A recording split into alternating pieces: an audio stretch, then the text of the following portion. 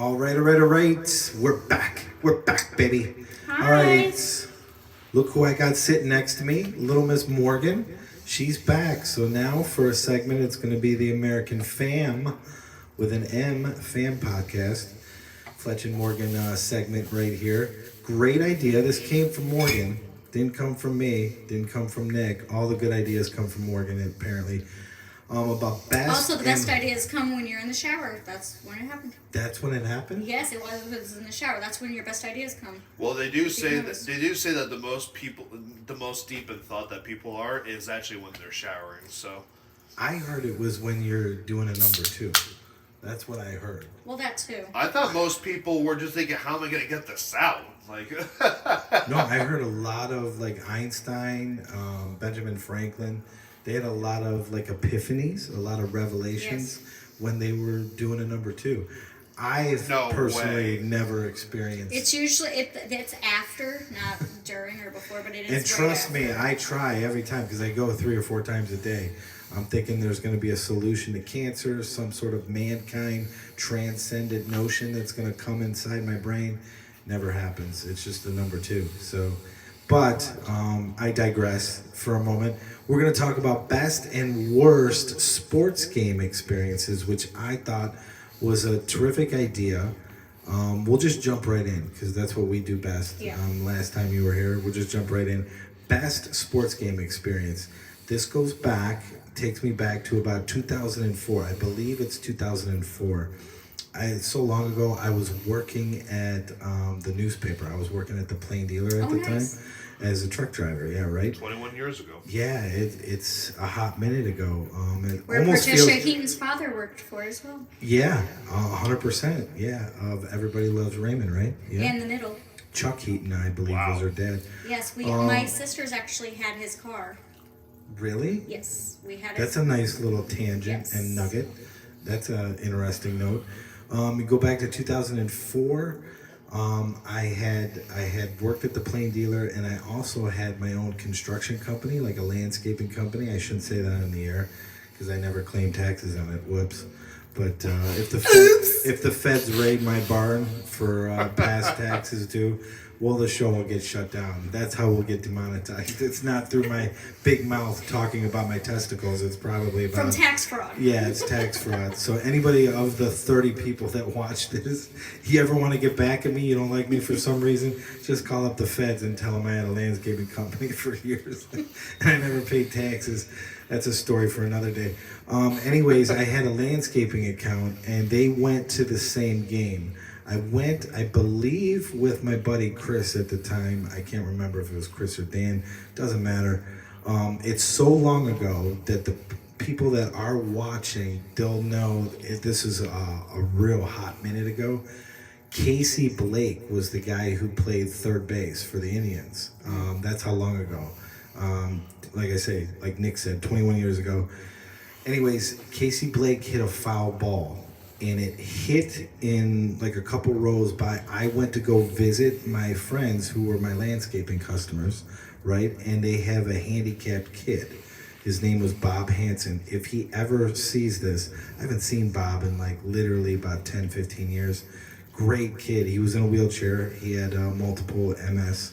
He had the sclerosis. So he's in the wheelchair. We're in the handicap section. The ball hits. Casey Blake hits a foul ball. The ball hits couple rows. At least 10 different people try to get it as it's ricocheting. I had a beer in one hand and I stuck out my hand like this. It ricocheted and I caught it in all in one motion. It's got to be on the Jumbotron history of videos. I caught it in all in one motion. I handed it to Bob in the wheelchair. I thought you were going to say the ball landed in your beer. No, that would have been awesome. even cool. But it was the way I just stuck my hand out and I grabbed it in midair and then I handed it. I'm surprised it's never been on one of those like sports moment shows where they show like the incredible things of foul balls or at a football game where somebody saves another. It's never been shown. But it was so cool. All in one motion, I gave the ball to Bob Hansen, who later got it autographed by Casey Blake. Ooh, I thought that was even cooler. That's crazy. I could have had a cool foul ball story to have, but I gave it to Bob because it meant more to Bob. And every time I went over there to cut the grass, he was like, "Oh, Fletcher's the best."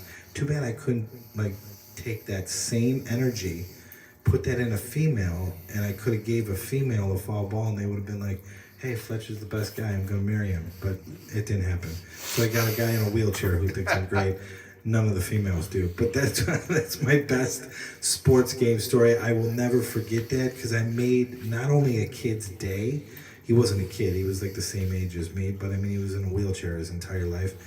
I made like his whole life. He still, the last time I saw him, which was 10 years ago, like, so you're talking almost 10, 15 years after that happened. His dad told me he still talks about that fall ball that you handed him. Seriously? So, yeah, no, that's a cool story. So that's my best game story. You just reminded me of a story that I actually And this had was too. at an Indians game. Indians correct? game when they Okay. were called the Indians, and I still call them the Indians. I still call but them the yeah, Indians, everybody yeah. I know still calls I them won't say the Indians. G word. I won't call them the G word. Yeah. So Yeah, nobody will. All right, that's enough about me. Your best game, and I know you had prefaced that you have minor league game experiences. Yes, which is but kinda also cool. there is one game that I will give a big props to was an Indians game. I think it was on Earth Day 2009. I remember Okay. that. My sister sang the national anthem. She won a contest. Holy She won a cow. contest at a bar, and she sang the national anthem. A few of us got free tickets. We lost. At Jacobs Field. Yes. Get out! That is an amazing story. Yeah. It was 0-1. We were playing the Kansas City Royals. I think that's Okay, what it's yeah, called. no, that's Yeah. KC, the Yeah. Royals, yeah, for sure. And my cousin, God love you, Johnny, he was drunk out of his mind, and Sin Choo Choo was playing. Oh my God! So he yeah. started yelling Chinese and Japanese slurs. Oh, that's not good. This story took a.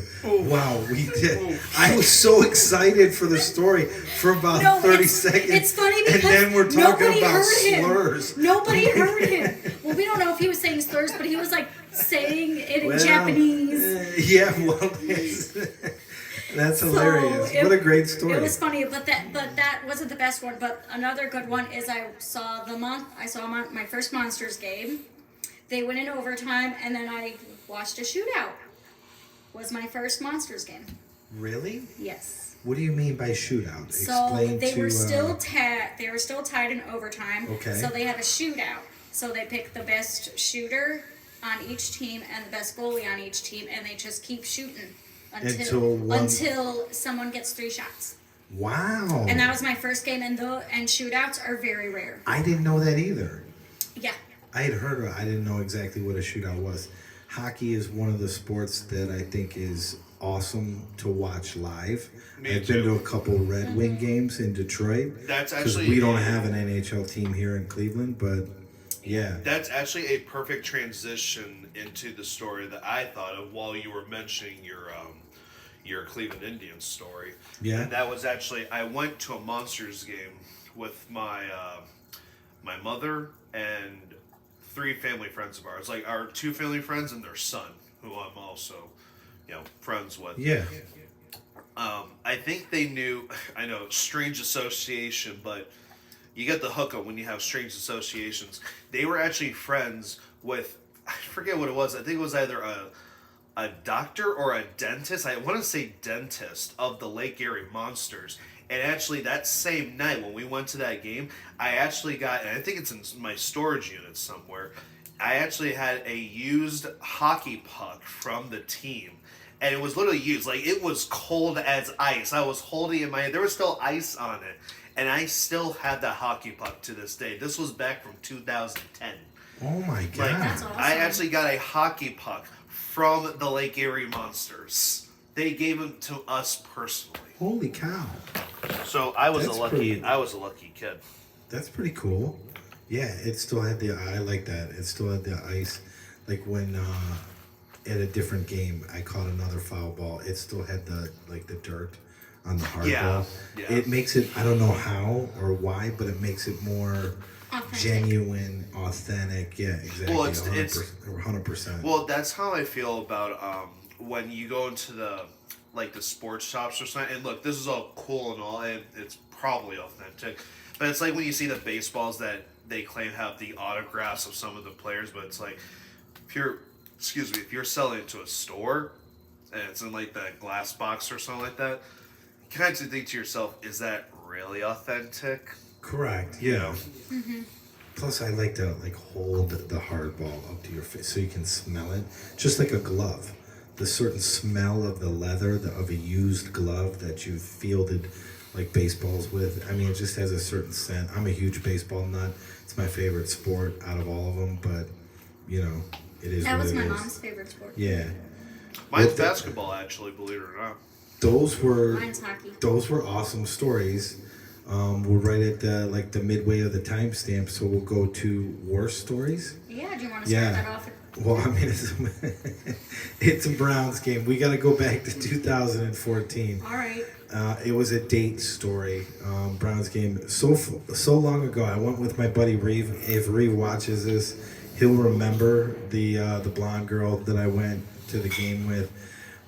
It's so long ago for those people that are watching that are kind of sports fans of, the handful of people that watch the podcast. You'll remember Brian Hoyer. He was a hometown kid.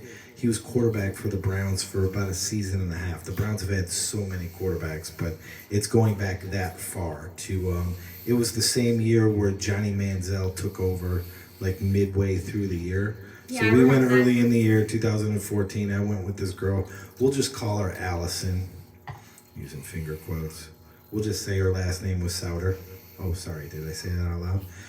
Yeah, she turned out to be a real. She's a human being. So she turned out to be a real piece of work. But anyways, she ate. I don't know why. She goes, my stomach's upset, and she goes, but I really want a hot dog. I go, okay, you're on your own. I'll buy you the hot dog, but if your stomach's upset, I don't know if that's a good idea. But anyways, on the ride home, there's. Oh no! Which movie is that? Is that 40-Year-Old Virgin where the Never chick? watched that. I wouldn't know. The you know which scene I'm talking about where Yes. Steve Carell gets thrown up on? Yes. Yeah. I've seen that Is movie at least 5 times. Is that 40-Year-Old Virgin? Am I Yes. right? Yeah. Yeah. That's what happened on the way home. She, not directly on me. It didn't cover my face like Steve Carell in that movie scene, but I got what I call some impolite and unnecessary shrapnel, like on my shoulder, and it barfed all over my truck. She's like, ugh, and I was like, come on. This not only ruined the drive home, it stunk. The smell was just outlandish. My But I mean, how you gonna make out with a chick? She's still attractive. How you gonna make out with a chick that just barfed all over you in your truck? So I mean, I lost all the way around. It's so long ago. Here's another little fun tidbit before we go to Morgan. I did go out with that girl one more time because I was like, well, I mean, so what? She threw up on felt me. bad. What's the big deal? But she's hot, which shows you a guy will do anything for a hot female. It's just You can't say the same thing for vice versa. no, not at all. If I would have did that to her, I would have had the FBI, the CIA. I would have been arrested immediately. But We because probably it's a girl. we probably wouldn't even No, have this you wouldn't podcast even right now. you wouldn't even know me right now. We probably wouldn't have this show. I would be incarcerated. Oh, God forbid. We don't have this show, this transcendent show. It's hilarious, though. I love the show. I went out with her again, and it's that far back where we watched the movie World War Z, the zombie movie with Brad Pitt. Yep. And I did end up making out with her that day. But that's all, like, she wouldn't do anything else. She just made us so... I don't know. I didn't talk to her ever again. So, but anyways, that's anything. I don't know what happened to her. She wasn't very nice in the text messages because, she goes, I can't believe you have a problem. I go, well, I don't have a problem per se, but you never really apologized, which is what I wanted to. You never really said, I'm sorry for throwing up on me in my truck. I would think that would merit, like, a casual I'm sorry. Am I right with that? Yes. Am I thinking Hey, crazy? sorry about last time. Sorry about, like, that time I puked up, like, the most putrid smelling substance known to man, like on your shoulder in your automobile? Like, I mean, wouldn't you just say that out loud, just in passing, even if you wanted to be generic and totally not authentic? You would say, "Oh, I'm sorry about that," but no, I never got an "I'm sorry." So I mentioned that to her. God forbid you mention something to a female that they don't want to hear or talk about. Yeah, that ended that. So I don't know what happened to her. I saw her one time. She didn't see me, and she got really heavy. So, hey, to each their own. I dodged another cannonball, not a bullet. Cannonball. All right, let's go on to No, Morgan. you dodged a cannonball because she looks like a cannonball? Yeah, she's the size of literally a cannonball. She was a short girl, but she turned into like a bowling ball. Oh, so like me. It was bad. It was bad. I didn't see. I almost knocked over a display. I was inside a Giant Eagle, and I almost took out a cookie display. I think it was Chips Ahoy, because I was walking and I go, "Oh my God, that's Allison. She's humongous." But, anyways, I mean, well, continue on, Allison. Obviously, you're eating well. Anyways, I digress once again. I took up a few too many minutes. Let's go on to your worst game experience, then we'll end with Nick. This segment flowed pretty well so far. Mine was at a baseball game. It was at the Columbus Clippers when I was in Columbus. They started the game. Halfway through, they had to stop the game. Why? Because there was a child molester there. They found out that there was a registered child molester there. Oh my God. What? They had to cancel the game. They refunded everybody's tickets. No way. Get out of here. And I was on a vacation there, and that was an anniversary gift to my ex-boyfriend that I bought the tickets for, and I had to get refunded. Registered sex offender was there. And they weren't from Ohio. And that's what was crazy. They said they're not from Ohio.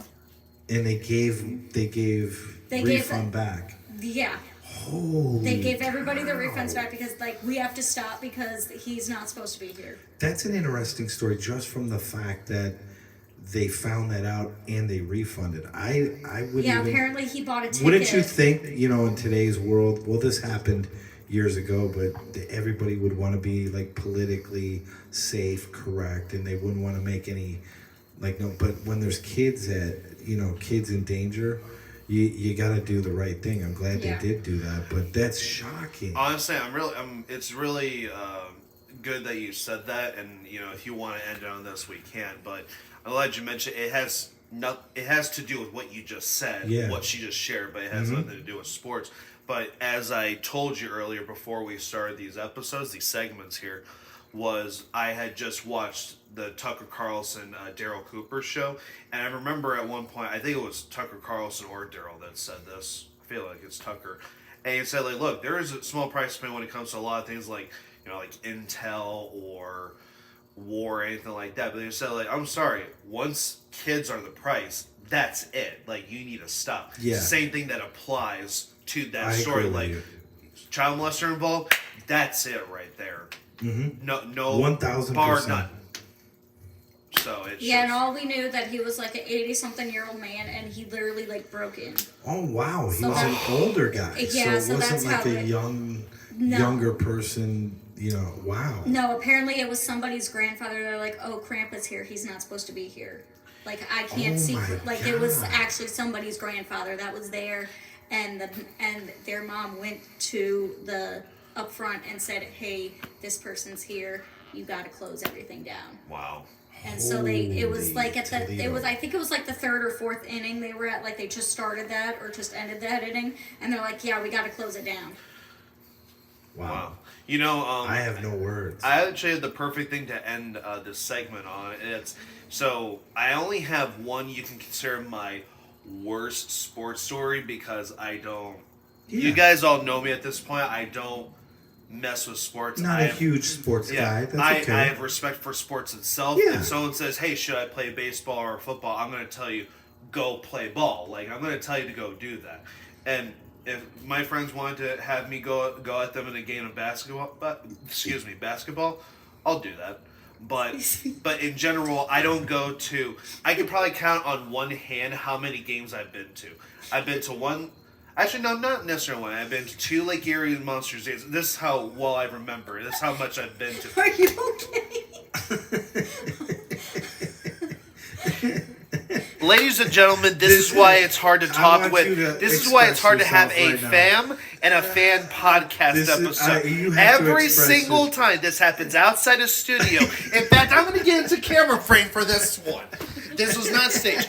This is why every single time that these two have a conversation, I want to put my 2 cents in, seriously or jokingly, every time she has to say some stupid shit or do some stupid shit, and then he starts laughing, derailing the conversation. Well, I can't help it. I always wanted. My brother will be watching this segment for sure, and this is gonna be great. I always, me and my brother, I have a sister, literally, but I really don't. My sister is one of the worst people on planet Earth. There, I put it out there in the ether. I don't care. She watches this. She wants to sue me. I don't care. Here, Linda, come for me. You're a terrible human being, but I always wanted like a little sister to joke around with. So I don't know. Everything she Morgan does, is the substitute for the shitty sister. 1000%. Everything she does, her mannerisms, but her laugh and just sometimes her timing. And what I say is. Here we go. Here we go. We've officially derailed. Oh my God. Okay, this will probably be the most viewed thing ever on YouTube because people are gonna be like, "What the f is going on with those 2 lunatics on camera?" And then there's another guy that came around and got on camera who's a little heated, who's just as much a lunatic as the 2 that are on camera right now. That's why we get along so well. We're the 3 amigos. We're the 3 amigos. But I always wanted a little sister, and now I finally have one. That is my substitute. Well, Sorry, go ahead. No, it's okay. I always call you the older brother that I never had because I'm the oldest of my siblings. Correct. So it's like I never had the older sibling. You were the oldest, I basically can look at you as that one. I always think of him as like an older brother, even though I have someone that's been like a brother for 15 plus years. My brother-in-law. Yeah. Shout out to you, Austin. Sure. Also, go on shopzoomy.com for all your pet needs and equestrian needs. Thank you very much. Here you go. You get a free sponsor. And a free sponsor. And actually, you have 2 free sponsors because of the shirt that I was wearing earlier. And Nick is wearing his Austin's first official business was Seabird. You'll see it in segment 1, where we just talked about, and we'll see it in the next segment when Nick rejoins me. At that, we have to conclude things. Oh, actually, wait! I want to conclude this, and the reason why I want to conclude with my worst sports story is because it's very meaningful for Cleveland history. Okay, and that was. I want to say my worst story also you can argue turned to one of the best sports stories you can have, and that was when I was dating my ex at the time in 2016. Mm-hmm. You guys probably know where this is going. I said 2016. There you go. She actually wanted to, in some way, watch. God knows why I accepted this, knowing my nature. She actually wanted to see the NBA championship when the Cavs are going against the. Who were they facing against? Facing the Warriors. The Warriors. The Warriors. And it was a mess because we traveled downtown in the rapid transit or the RT, whatever you call it. The rapid transit. Rapid transit. Yeah. Good. And basically we went down there and it was packed downtown, and literally some people we were walking past kept going, "Hey, fuck Steph Curry," right? I'm like, what? Why are you talking about Steph? I'm like, I don't know who that is. But it was a whole mess. Everyone was crowded. There were people on the streets watching TVs. And actually, funny enough, where we went to Cleveland Hilarities, that walkway, was actually where we were at when we were watching the championship go on. That's 4th Street. And the reason why I say it was the worst is because traveling there was a mess. Getting through all the people was a mess and everything.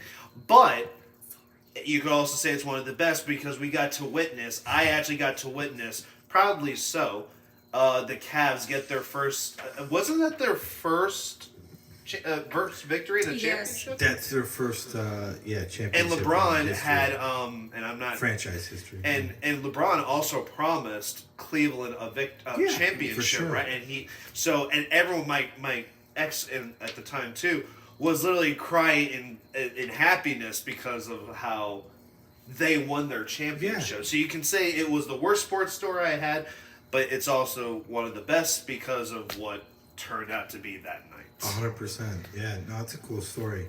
That was a great time in Cleveland sports history. Yeah. For somebody to get either the Indians, the Browns, or the Cavs. It's the last one we've had since 1948 with the Indians. So we haven't had a championship before or after. That's crazy. Big things.